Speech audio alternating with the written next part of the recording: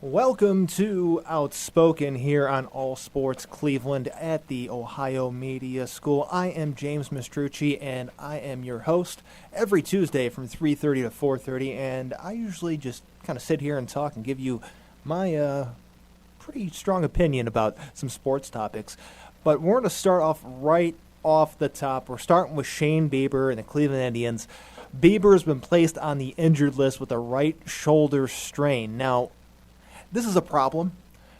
It's a huge problem, really, considering that the Indians' pitching depth, which used to be very deep and very not an issue, it's an issue, okay?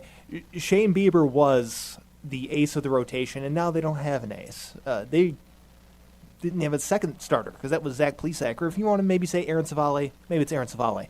But right now, their number one starter in that rotation is Aaron Savale. So that's a problem.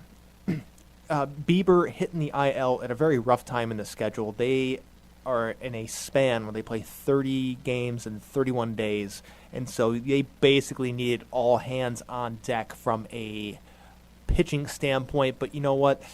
It's going to be a little bit more difficult. And considering that Bieber is coming off a performance in which he allowed a season-high 5 runs on 10 hits, something seemed up in the start, really.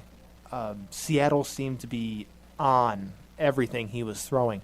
Not to say that they knew what he was throwing, but simply that what he was throwing wasn't fooling anyone. And that's a problem, considering the Mariners lineup is not one that is going to strike fear in many pitchers. So, as of now, without Bieber, without Plesac, they're going to have to rely on Savale. They're going to have to rely on J.C. Mejia, Tristan McKenzie, Cal Quantrill, just to name a few guys.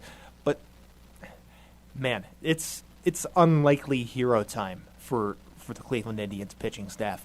They need to have someone step up. They need to possibly put together some piggyback starts. They need Tristan McKenzie to start pitching like the highly regarded prospect that he was, because you see just the up and down from McKenzie, and it's frustrating because you'll see him dominate bad lineups like the Tigers, but then he faces another bad lineup and he can't get out of the first inning.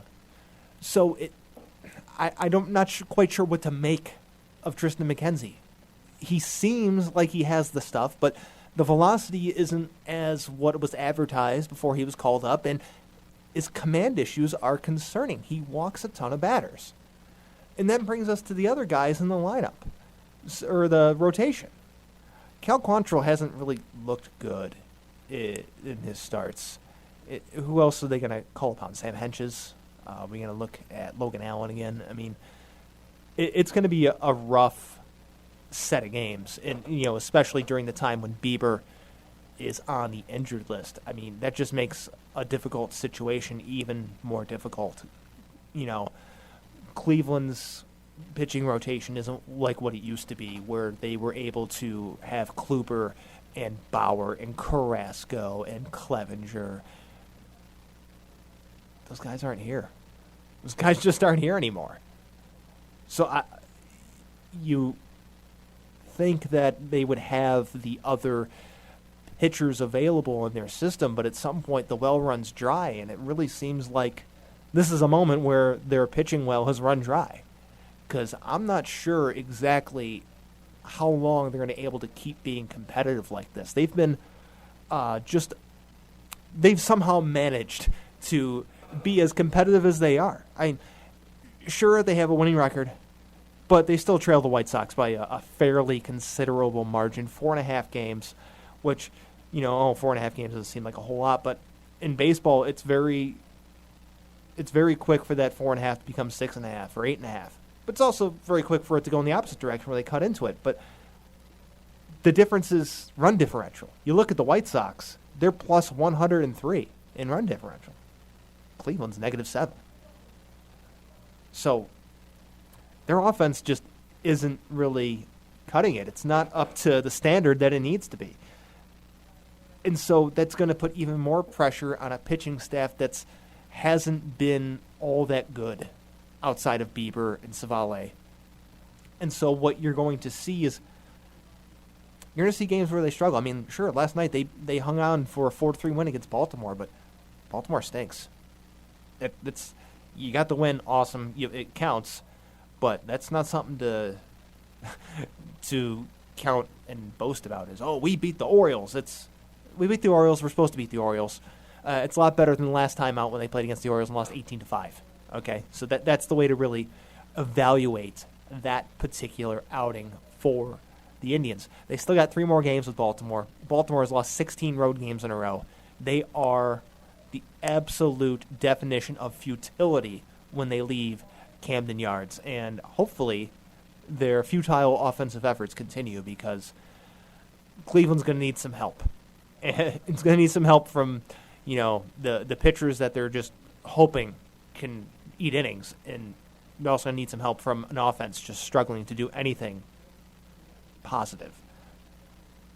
And so with this stretch and with this need of pitching, I've seen suggestions of what to do for Cleveland. Should they be buyers or sellers? People were trying to say, they should go get a pitcher, or they should go get another hitter.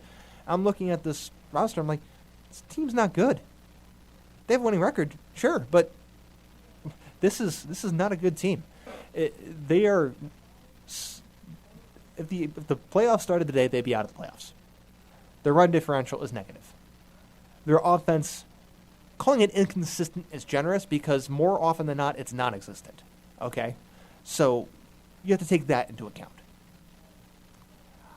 If things go south for this team during this stretch where they're without Bieber, they're still without Plesac, and they're counting on whoever they can pick out of the stands to make a start, it might be a good idea to do sort of a soft sell, if you will.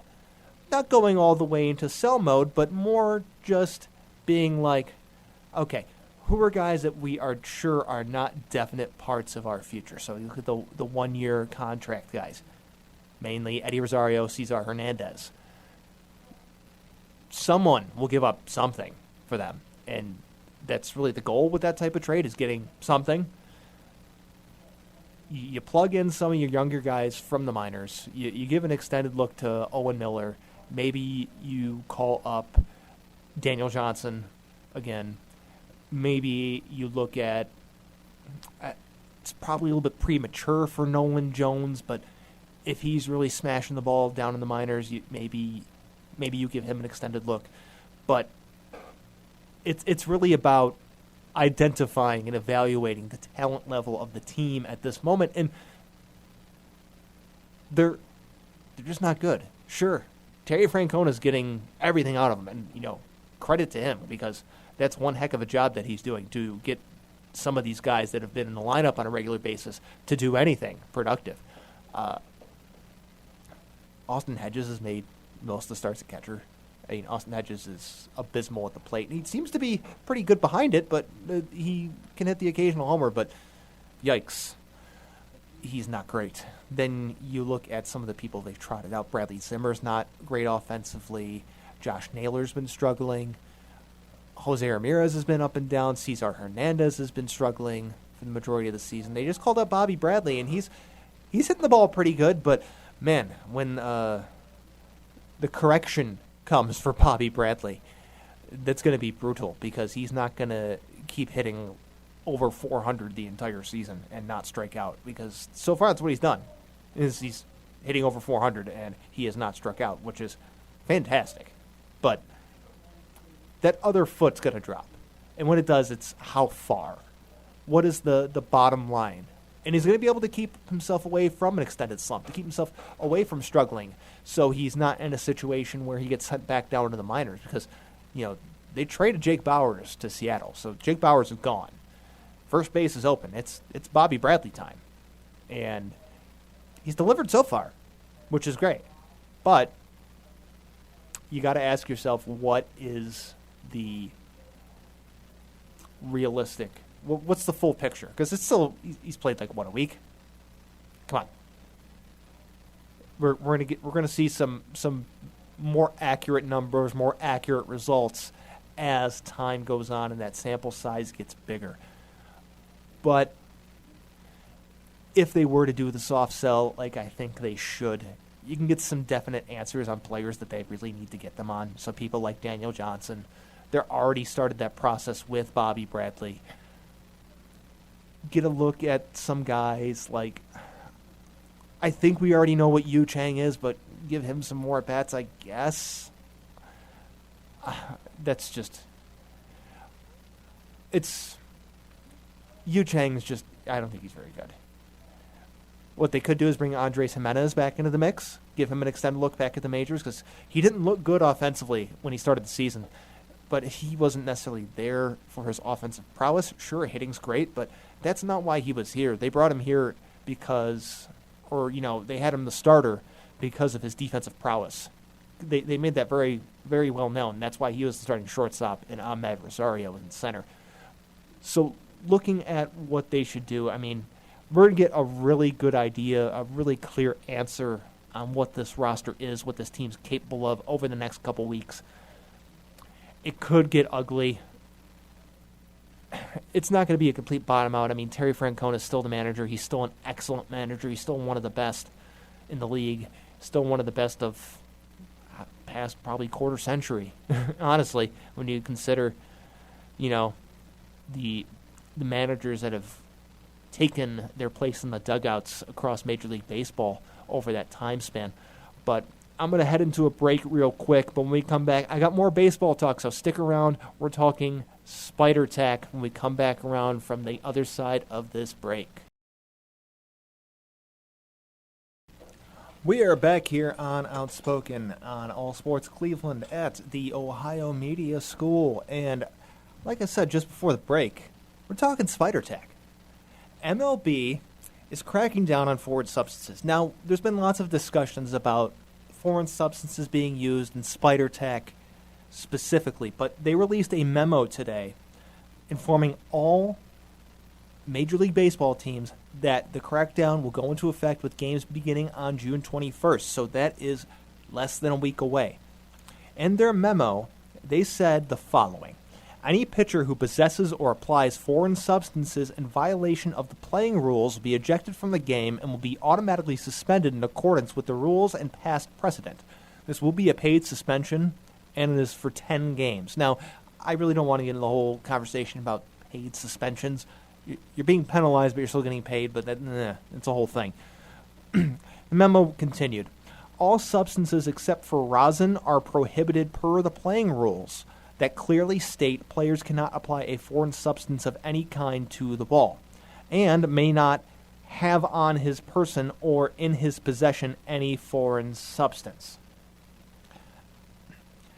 Something else to consider is that they're going to be very watchful of players using sunscreen, because sunscreen is a foreign substance that players have used in the past. And if you're playing a night game or in a dome, they're going to essentially tell you don't use sunscreen because you could get in trouble for a foreign substance. Additionally, pitchers aren't the only ones that could be inspected. Catchers will also be subject to routine inspections. Additionally, the club personnel who assist in any of the violations are subject to fines and suspensions. So they're taking this pretty seriously. And I got one more tweet here, and then I'll talk about this and give you my opinion on this. But Abby Mastracco of Bleacher Report had to say the following in a tweet. The hitters have long been fine with sunscreen and rosin so pitchers don't lose the handle on the ball and end up throwing at their heads. But hit-by pitches are on the rise this year. What this memo fails to take into account is that there is a difference between sunscreen and Spider Tack. Now that's where I'm going, is the difference between sunscreen and Spider Tack. Stuff like sunscreen or pine tar or whatever concoction that people have used. Dallas Braden used, according to himself, some resin from some substances in a thing that's not quite legal. But that's neither here nor there, and that's a direct quote from Mr. Braden on the Starting Nine podcast from Barstool Sports. But what these things would do is give them a better control, better feel of the ball. And so stuff like the rosin or the sunscreen or the whatever, what have you, is that it would make hitters feel a little bit more safe that they're not going to get hit, or you're not going to get a ball that flies out of the hand, or the pitcher won't lose control. The problem with Spider Tack is it's not doing the same thing. The Spider Tack's not about control or command. It's about increasing RPMs. It's about increasing spin on your pitches. That's pretty much it. I mean, obviously, the goal with all of these substances is to increase spin or RPMs on your pitches, but Spider Tack is taking it to a whole nother level. And there's a tweet from Paul Hembekides, who is on ESPN. He occasionally is on once a week on the Baseball Tonight podcast with Buster Olney, and he's also on Get Up with Mike Greenberg. But he showed a picture of his index and middle finger covered in Spider Tack with his hand on top of the ball. And the ball was just sitting there, not even moving. This stuff is so strong that just Spider Tack on two fingers can hold up a ball with the hand pointed down, the palm facing down. This stuff is ridiculous. This is some crazy, sticky stuff. And so it's led to some scary moments this year. We've seen players get hit in the face. Kevin Pillar of the New York Mets got drilled in the face. And, man, that was brutal to see. Austin Hedges of the Indians got hit in the face. He got hit in the helmet. Not in the face, but the helmet. Just a few games ago. His helmet cracked. Sure, I mean, the thing is that these pitchers are getting higher velocity and higher spin, but they're having less control on these pitches, and that's really what it all comes down to, is the less control. And I know the conversation when we're talking about foreign substances and spin and RPMs, it always comes back to Trevor Bauer. Let's be real here. Trevor Bauer tried to tell everyone a couple years ago that, hey, everybody is doing this, or, not everybody, but there are people doing this, and I'm trying to let you know. Baseball said, we don't care. So Trevor Bauer said, okay, well, I'm just going to do the same thing too, then parlay this into, a huge contract, which kudos to him. If they're not going to crack down on it, then get as much money. Go get paid. And he got paid. As the aforementioned Dallas Braden mentions, he got breaded up. And, good for him. He got the money he was looking for. Kind of disappointing that he got the multi-year deal, didn't get the old paintball bet with one of his buds. But it's a different story for a different day. But overall, what this comes down to, in my opinion, is this is going to put umpires in a very tough spot. Because now they're going to be forced to go and have to make these checks that they really don't enjoy making. And a reason why the league is enforcing these rules is because for the longest time it was one of those wink, wink, nudge, nudge type situations with the managers and their teams. Like, hey, I'm not going to say anything about your guys if you don't say anything about my guys. Well, it's gotten past the point where it's substances that it's not really that big of a deal. Now we're at the point where guys are getting hurt. They're getting hit. Hit by pitches are ridiculous. Then let's look at the other side of the spectrum. The no-hitters. There's been 6. 7 if you count Madison Bumgarner. Offense has been affected by the use of stuff like Spider Tack. Sure, the embracement of launch angle and the quest for exit velocity and trying to barrel up the ball every time and get that oh-so-fun barrel stat is not helping, but stuff like Spider Tack isn't either. I mean, I know the gut reaction for a lot of older baseball fans is, oh, in my day, they didn't do this. Well, I'm sorry, they did. Every one of at least most of them have done something, whether that's they got something on their belt buckle, it's on the inside of their glove, it's in their glove, it's on their hat. I've seen some where it's on the back of the catcher's jersey. So sometimes you'll see like the pitcher smack the back of the catcher's jersey, and while they're talking, I've seen a theory where they got some on the back of the catcher's jersey. Speaking of the catchers, behind the knee pad, on the chest protector, in their mask. And that's not even getting to the fielders. What do you think those guys are using to get a good grip on the ball to fire that ball over from third to first? Not just using their bare hands. They're getting some assistance too. I think a lot of people don't realize that, is that it goes beyond pitchers, it goes beyond catchers. So I believe you're going to see, and we already have, but more of a widespread downturn in spin rate, in the RPMs of certain pitchers. Probably someone like Trevor Bauer or Garrett Cole, Garrett Cole was miraculously turned into this fantastic pitcher once he went to Houston. It's crazy. He was okay on the Pirates, and they get Garrett Cole in Houston, and all of a sudden he's the best pitcher. Well, he really wasn't. It was Jacob deGrom all along. Because, Jacob deGrom's a freak. But looking at these pitchers, you're going to see a rebound of offense. You're going to see the pitching numbers drop a little bit. Okay? You're going to see some of these guys that have been really good not be so good anymore. Some of those pitchers, like, where did this guy come from? Like, he wasn't that good, and all of a sudden he's awesome. All of a sudden, oh, wait, this guy sucks again. Insert Rob Schneider, oh, no, we suck again from from the water boy here. Okay? It's going to happen. I've accepted that. I think some of you other baseball fans should out there accept that too, because that's just inevitable. To make another reference, like Thanos said, I am inevitable. Regression is inevitable for pitchers using stuff like spider tack and foreign substances. Just the reality. That's what we're going to see. We're going to see some numbers drop. We're going to see, hopefully, see offense get back up, because offense has been pretty brutal to watch sometimes, especially Cleveland's. And as long as things even out, normalize a little bit, I really don't have a problem with what they're doing. Oh, but I will add one more thing. In defense of pitchers using foreign substances, besides the fact that pretty much everybody does it, because let's be real, everybody does it.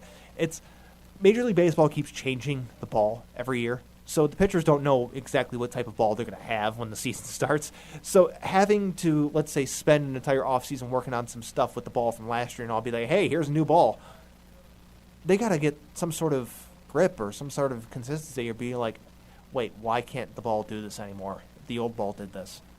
So in defense, I get it. I understand why. There's also the steroid debate from back in the 90s where if you're not using it, you're going to get left behind and you're not going to get paid, or you're going to lose your job. And so I understand it. So some of those fringe guys that are using stuff like this, it makes sense, because the difference between using something like spider tack and not using something like spider tack could be 10 times difference in your paycheck. Because when you're in the majors, you're making probably about 10 times as much as you make in the minors. That paycheck looks a lot better when you're up with the big boys than you are riding the buses with the prospects and the over-the-hill guys that can't quite make it, those quad A guys.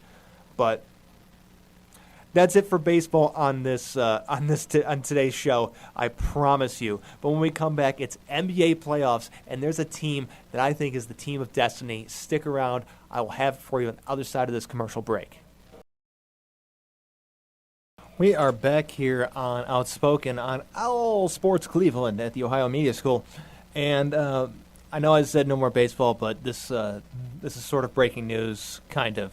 But the Indians have recalled Eli Morgan from AAA and optioned Owen Miller back down to Columbus. Eli Morgan, obvious reinforcement for that pitching staff, because they need all the help they can get.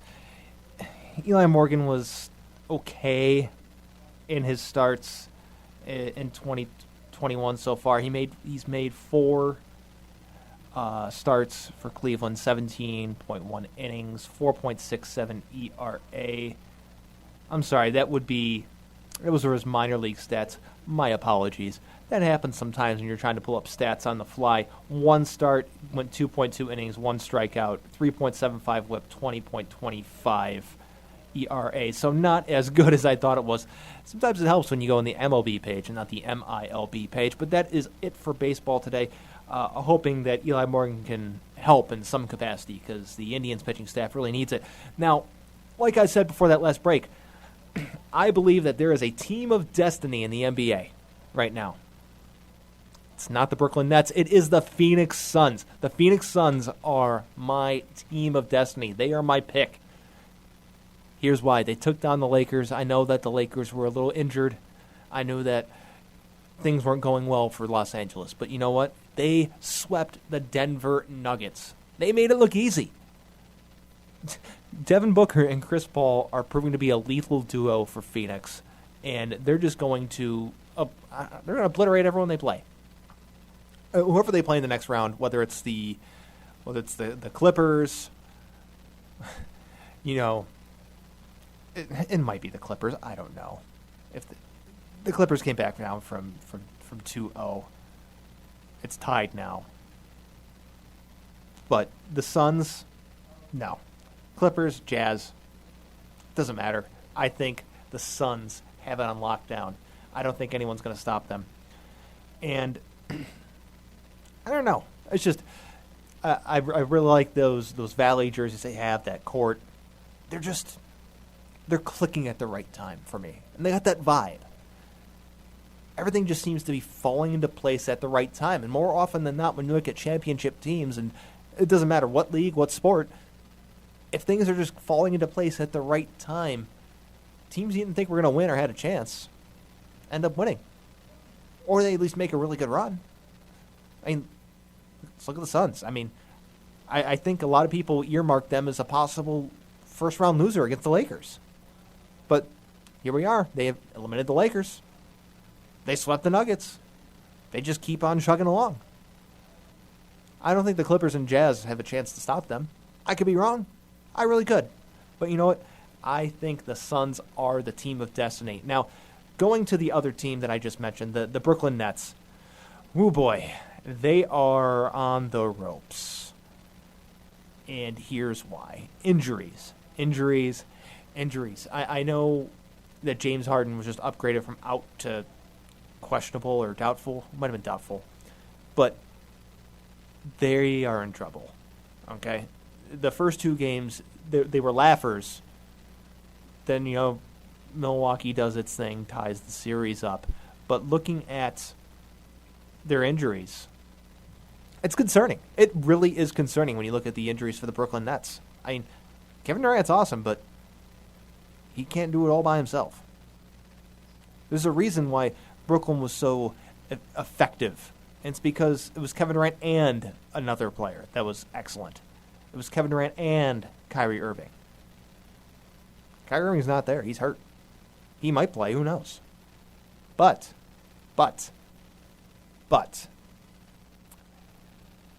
if he gets help from Harden or Irving, sure, Brooklyn can advance. But the one thing that was the one thing holding, I guess, expectations back just a little bit for Brooklyn is injuries. Because let's be honest here. You look at the three guys, their three main players, Kyrie Irving, Kevin Durant, James Harden. They're all excellent, but man, they get hurt. Kevin Durant and Kyrie Irving get hurt a lot. And that was the one thing that was going to derail them, was injuries. It wasn't going to be falling into a slump. It wasn't going to be poor performance. It could have been getting into a fight with each other. I mean, sometimes that team seemed like a sort of a powder keg. Or it could be one, just the construction of Harden, Irving, and Kevin Durant. But let's be real here. Injuries was going to be the only thing that could take down the Brooklyn Nets, and right now it seems like that might be the case. Because I don't know how much longer they can do it. I mean, sure, even if Irving and or Harden come back, they're not going to be 100%. Not at all. I don't know if they necessarily need 100% Kyrie or 100% James Harden to take down Milwaukee, but Milwaukee's won 2 in a row. They're hot right now. They're favored to win the next game, I believe, even though it's in Brooklyn. Let me double check. But I'm pretty sure Milwaukee is favored. Yeah, they're favored in Brooklyn. So we're going to learn a lot about that series and the volatility of the Brooklyn Nets tonight, because that's when their next game is. It's this evening. It is tonight at the Barclays Center. in Brooklyn, New York. Okay? So, you wonder if this is the moment when the wheels fall off the train for the Brooklyn Nets, for the super team, the team that looked unstoppable just one round ago, just a couple games ago.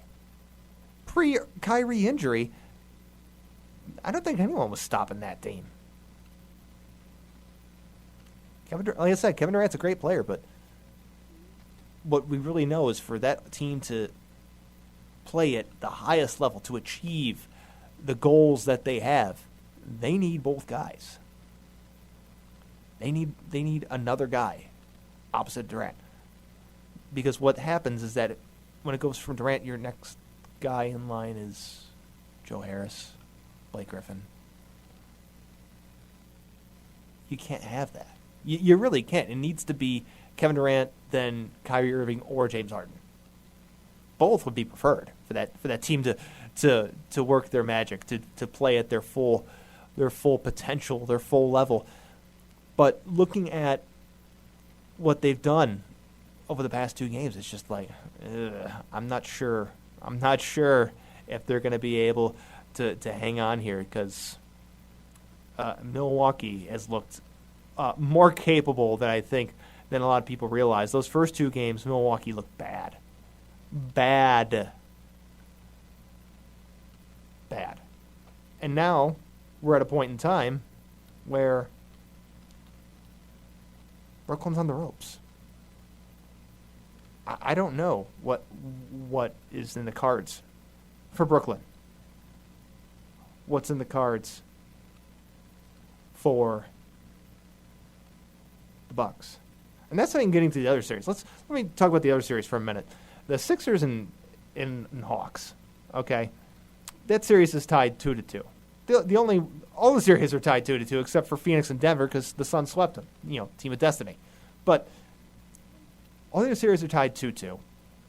Atlanta and Philly play tomorrow night. So does the LA and the Jazz.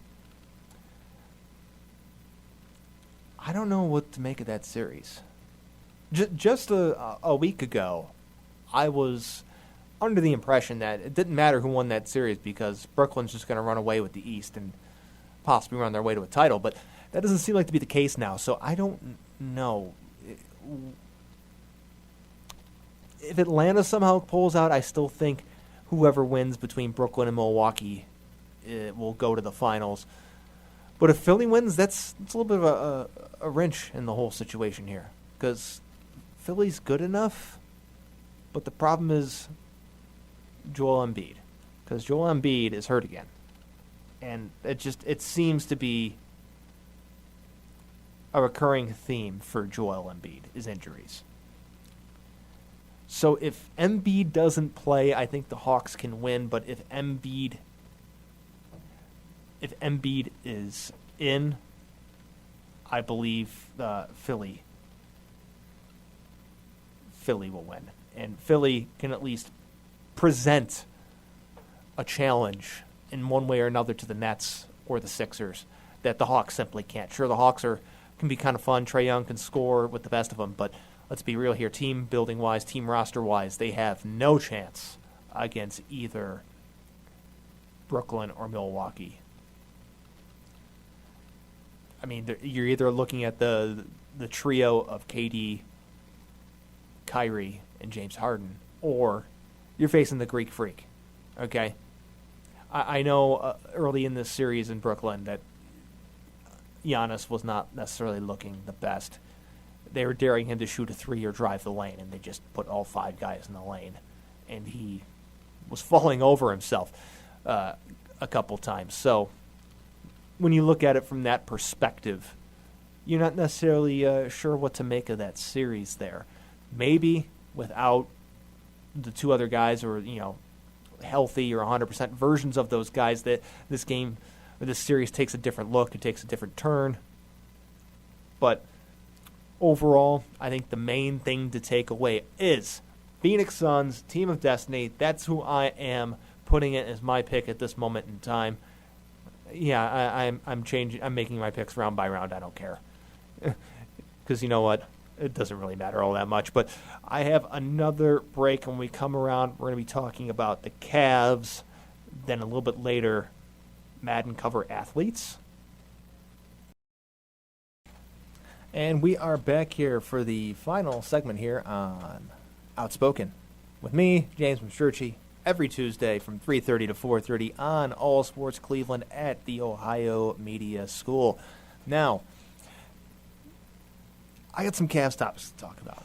And let's start this off with, I guess, the one topic we've heard about for some time. It's going to continue off into the summer as the summer goes on, after the season starts for sure, and even during the NBA draft, whenever that happens. But Kevin Love and the Cavs, they have not discussed a buyout, which is and isn't surprising.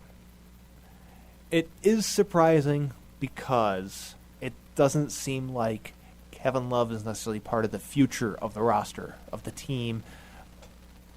It isn't because I'm pretty sure Dan Gilbert's not really interested in just spending money for someone who's not going to be on his team. So that's where it's not that interesting. But I honestly think it's more likely that you see the Cavs trade Kevin Love than you do see him just buy him out and let him sign wherever he wants. Maybe he does. Who knows? But I think a little bit of a reset on some of the players on their team is in order, Kevin Love being one of them. This is just it's a complicated conversation. Kevin Love was a valuable part of 4 teams that went to the finals in a row. He was a valuable part of the organization. He was a good player.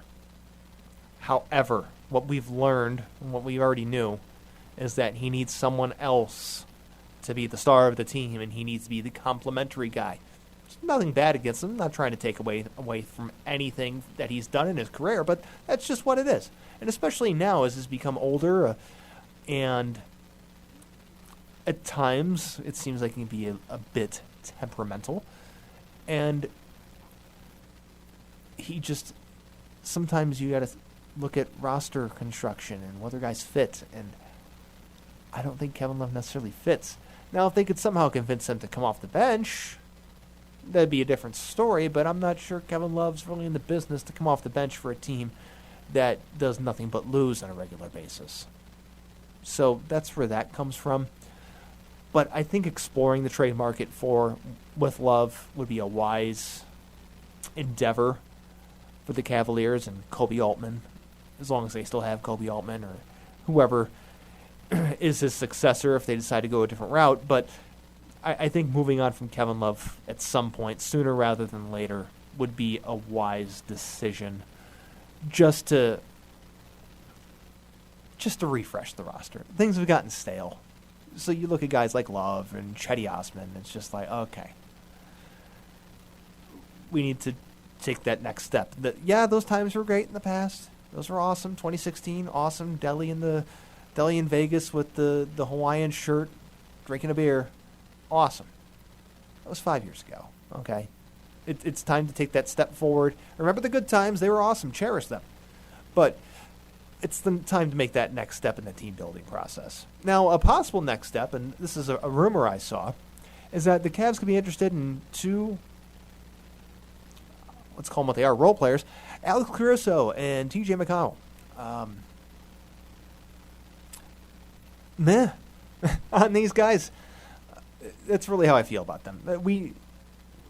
Alex Caruso is fun. He's a meme.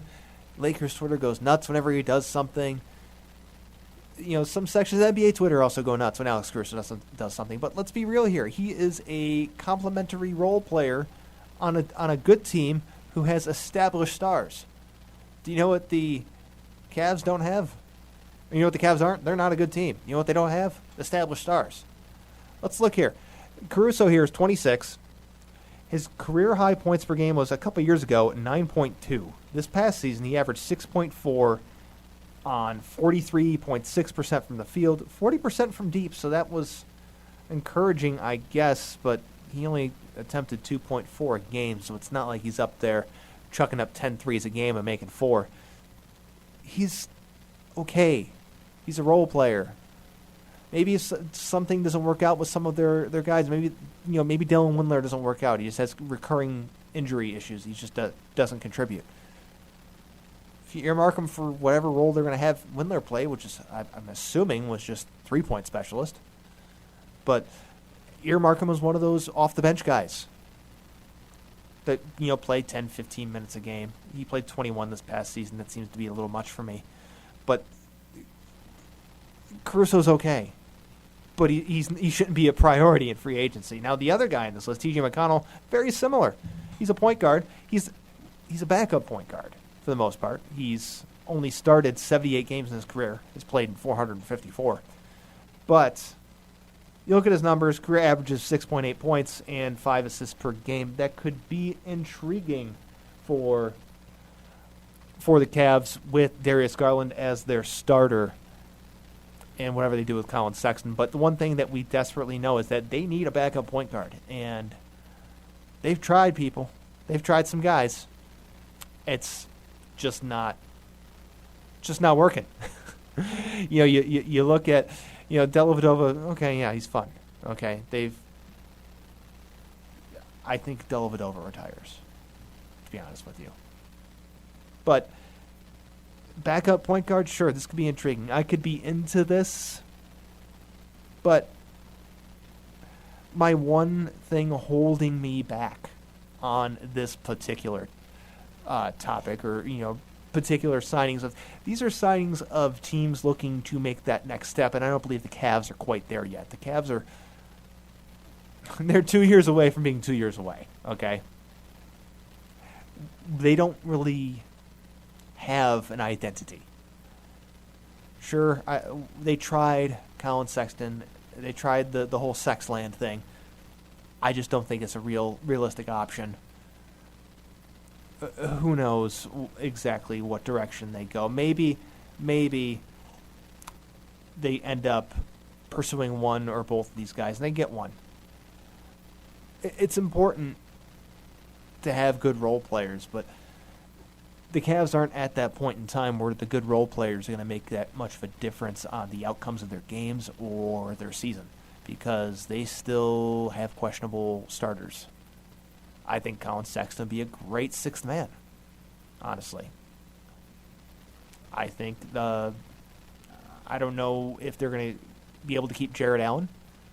I don't know really what to think of Isaac Okoro at this moment. He gave me some big Tayshaun Prince vibes this year. Offense work in progress, but defense is pretty good. But man, they need help, and they need to refresh some things. So, like I said earlier, Kevin Love, swapping him out. Maybe go after the rumored trade for C.J. McCollum. That would be, I think, a good way to refresh some things. And I think it could be a way to get some new energy and have it not be as stale as things have been, because that's what they've been. They've been stale and they've been losing, and stale's okay if you're the average, I guess, because you can. There's the possibility of going up, but when you've been absolutely dreadful, stale stinks. You know what I mean? Stale's just not something that you want. But I figured I'd wrap things up here because we had a kind of a viral thing go on this past day or so. And that would be former Browns running back Peyton Hillis appearing in a teaser video for the upcoming Madden NFL 22 game. And quite a bit of things to take away from there. First of all, awesome that Peyton Hillis was in the commercial. I mean, 1 year wonder for sure. But man, I tell you what, I was in line at like 11:30 at night the night before to get Madden 12 with Peyton Hillis on the cover at midnight and go home and play it. It was awesome. Peyton Hillis was awesome. It's like, oh my God, we got a Browns player on the cover. Again, it turned out to be a 1 year wonder, but sometimes that happens. But anyways, so he's in the commercial, and there's this whole, he's on a farm. He's outside of a barn. The doors are knocking, and it opens, and 2 goats come out. I'm like, okay, this is interesting. And Peyton Hill says something like, they did it again, something along those lines. But the focus I think you should be looking at is the GOATs. Because, first of all, there's two of them. But it's not just the GOATs, it's the size of the GOATs that I think matters. Because there's the big one, and there's the smaller one. Now, there's some speculation about what does this mean exactly? Well, it seems like they could be going down the two cover athlete route again. They've only done that once before, and that was with Troy Polamalu and Larry Fitzgerald following the Super Bowl for Madden NFL 10. Now, if we're going to go down that same path, they could go two athletes who both played in last year's Super Bowl. They had GOATs? I wonder who that could be. Oh, yeah. Oh, the big GOAT can be Tom Brady. And the little GOAT, who is rising up in popularity and up the legacy rankings, Patrick Mahomes. It seems like a dual Patrick Mahomes, Tom Brady cover would make sense, wouldn't it? You know, Tom Brady was also already on Madden. Patrick Mahomes is already on Madden. Tom Brady's version even had a GOAT edition, okay? So just taking everything into consideration, you know, the two GOATs, there's two of them. Oh, they did it again. The last time that they had two guys was from the last time they both last Super Bowl. That's my guess. My guess is it's going to be Mahomes, it's going to be Brady, and it's going to be some sort of GOATs edition, which would be cool. It would be kind of cool. Now, I might actually buy this one, because I didn't buy the last one, but they'll have to do some major overhaul in the gameplay, because the last couple of Maddens have been arcade-like, too arcade-like for my liking, too focused on the trying to make big plays, and it really didn't entertain me. It didn't grasp me. I played Madden 19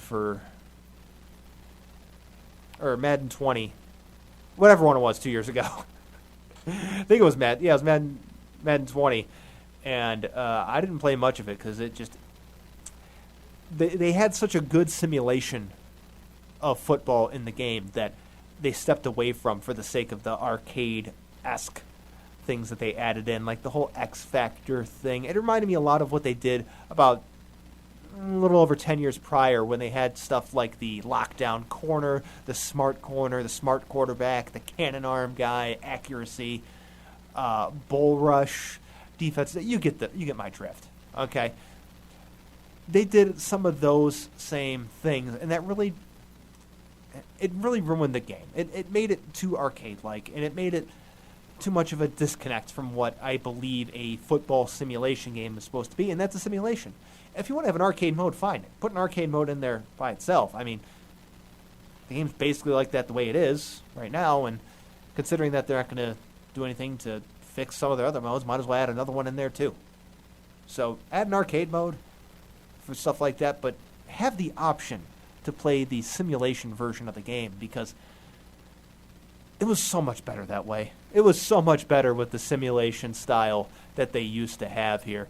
But I'm rambling about Madden, about a video game that, I mean, there's a good chance I'm not even going to buy it. So I guess that's pretty much where I'm going to leave you here today. And, you know, this has been an enjoyable show. This has been an enjoyable day for me here on the radio. I enjoy talking about sports. I can sit here and talk for an hour all by myself, you know, because that's just what I did.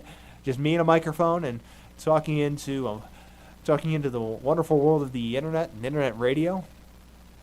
You know, that's just how it is sometimes. We'll have some good developments for next week. You know, NBA playoffs, baseball season progressing, see how the Indians are doing a week from now. Seeing, I know I didn't talk any NHL today, but seeing how my Vegas Golden Knights are going to be doing in the Western Conference, see if they can get to the Stanley Cup Finals again. Maybe they can win it this time.